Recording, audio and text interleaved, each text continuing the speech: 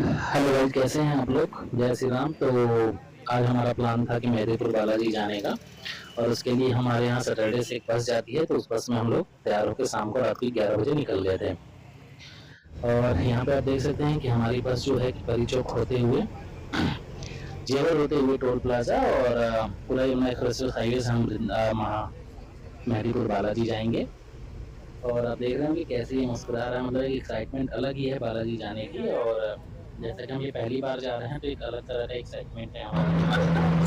तो बस में देख सकते हैं कि बहुत लोग पूरी ट्रैवल बस थी जिसमें कि 20 लोग आ रहे थे। यहाँ पे हम सुबह वहाँ पहुँचने के बाद ये देखिए आप, लंबी भीड़, हमने नहाया धोया और निकल गए दर्शन करने के लिए बालाजी महाराज के। और ये बहुत ही लंबी लाइन लगी हुई थी जो कि पूरी मतलब मंदिर के द्वार तक जा रही थी। और यहाँ पे लोग सुबह से ही लाइन में लगे हुए पड़े थे मंगल आरती दर्शन के लिए। और हम यहाँ से आगे बढ़ते हुए गए क्योंकि हमारे कुछ लोग बस के पहले ही चले गए थे। और ये आप देख सकते हैं कि बालाजी महाराज का ये मेन गेट है जहाँ से कि एंट्री होगी। और यहाँ पर दो तरफ से लोगों को एंट्री अलाउ है, एक पीछे से और एक यहाँ से आगे से, जिसमें कि यहाँ पे दर्शन करने के बाद मंगल आरती हो रही थी, तो यहाँ पे कुछ टाइम स्पेंड किया हम लोगों ने। और इसके बाद फिर हम अपने जगह की तरफ चल दिए। आप देख सकते हैं यहाँ पे भारी संख्या में श्रद्धालु उमड़े पड़े हुए हैं। और बालाजी महाराज की बहुत ही महिमा अपरंपार है। और यहाँ पे लोग अपने ऊपर, जैसे किसी के ऊपर ही कुछ आया हो या किसी ने कुछ कर दिया हो, तो उसके लिए आते हैं यहाँ पे। और यहाँ पे अर्जी लगानी पड़ती है बालाजी महाराज के लिए। और यहाँ पे दर्शन पाने से ही मात्र आपके सारे सुख दुख सब मिट जाते हैं। तो इसके बाद हम लोग धीरे धीरे आगे चलते गए। इसके बाद हम लोग आगे जाके पीछे से, जहाँ पे एक और लाइन लगी हुई थी आप देख सकते हैं, यहाँ से हम लोग खड़े हो गए। ये भी लाइन 2-3 लाइनें लगी हुई थी जिसमें हम खड़े थे। और हमने यहाँ पे 6:30 बजे लाइन में लग गए थे। 6:30 बजे से लेके और करीब 7, 7:30 बजे तक हम यहाँ पे खड़े थे। उसके बाद मंदिर का द्वार खुला आरती दर्शन के बाद। और फिर हम लोग यहाँ पे बालाजी महाराज का जयकारा लगाते हुए आगे को बढ़े।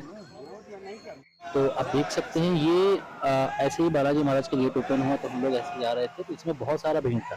और चूंकि लोगों को दर्शन करना था तो भीड़ ज्यादा वो ना हो, इसके लिए एक बहुत ही अच्छी व्यवस्था की गई थी कि यहाँ पे लोग को घुमा घुमा कर लेके जाया जाए, उन पर कंट्रोल किया जा सके, क्योंकि भारी संख्या में श्रद्धालु यहाँ पे आए हुए थे। और ये यहाँ पे बालाजी महाराज की जय बोलते हुए, जय श्री राम बोलते हुए आगे हम बढ़ते गए।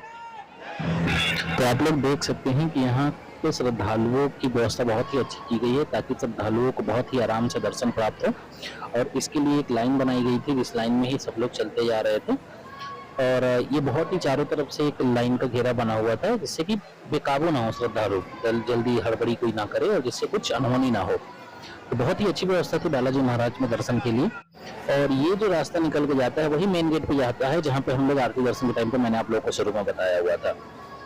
तो ये जैसे ही हम यहाँ से बाहर निकलेंगे तो आपको वही मेन गेट दिखेगा। और मेन एंट्री जो गेट था जहाँ पे आरती दर्शन हो रही है वहीं से हमारी मेन एंट्री होगी। तो पिछला द्वार और आगे के जो रास्ते पे रोड पे लगे हुए थे लाइन में लोग, वो सारे आके वापस से वहीं मिलेंगे।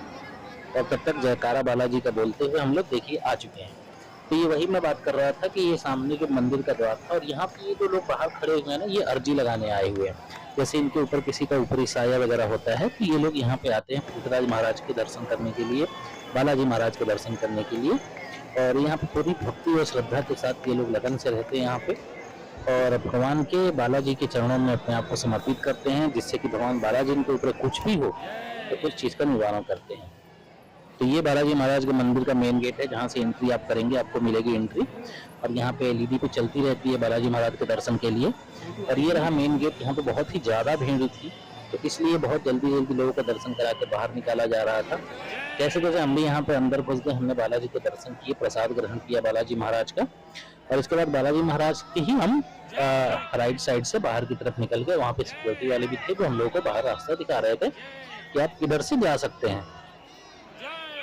तो बहुत ही अंदर बहुत ही सुंदर बना हुआ था बालाजी महाराज का मंदिर। और ये बालाजी की मूर्ति बहुत ही मनमोहक और प्यारी थी।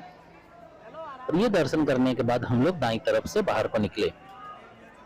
तो आप देख सकते हैं बालाजी महाराज की प्रतिमा बहुत ही मनमोहक और प्यारी लग रही है।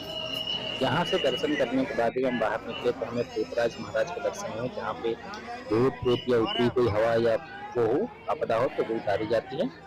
और यहाँ पे पृथ्वीराज के दर्शन से पहले या कुछ भी अर्जी लगाने से पहले आपको पृथ्वीराज के दीवान के दर्शन करने पड़ेंगे। तो बालाजी महाराज, पृथ्वीराज और पृथ्वीराज के दीवान साहब, ये तीनों का मंदिर आसपास ही है। तो आप जैसे ही बालाजी के दर्शन करेंगे तो वहां से बाहर निकलते ही पृथ्वीराज महाराज और उसके बाहर निकलते ही आपको श्री पृथ्वीराज के दीवान साहब का दर्शन होगा।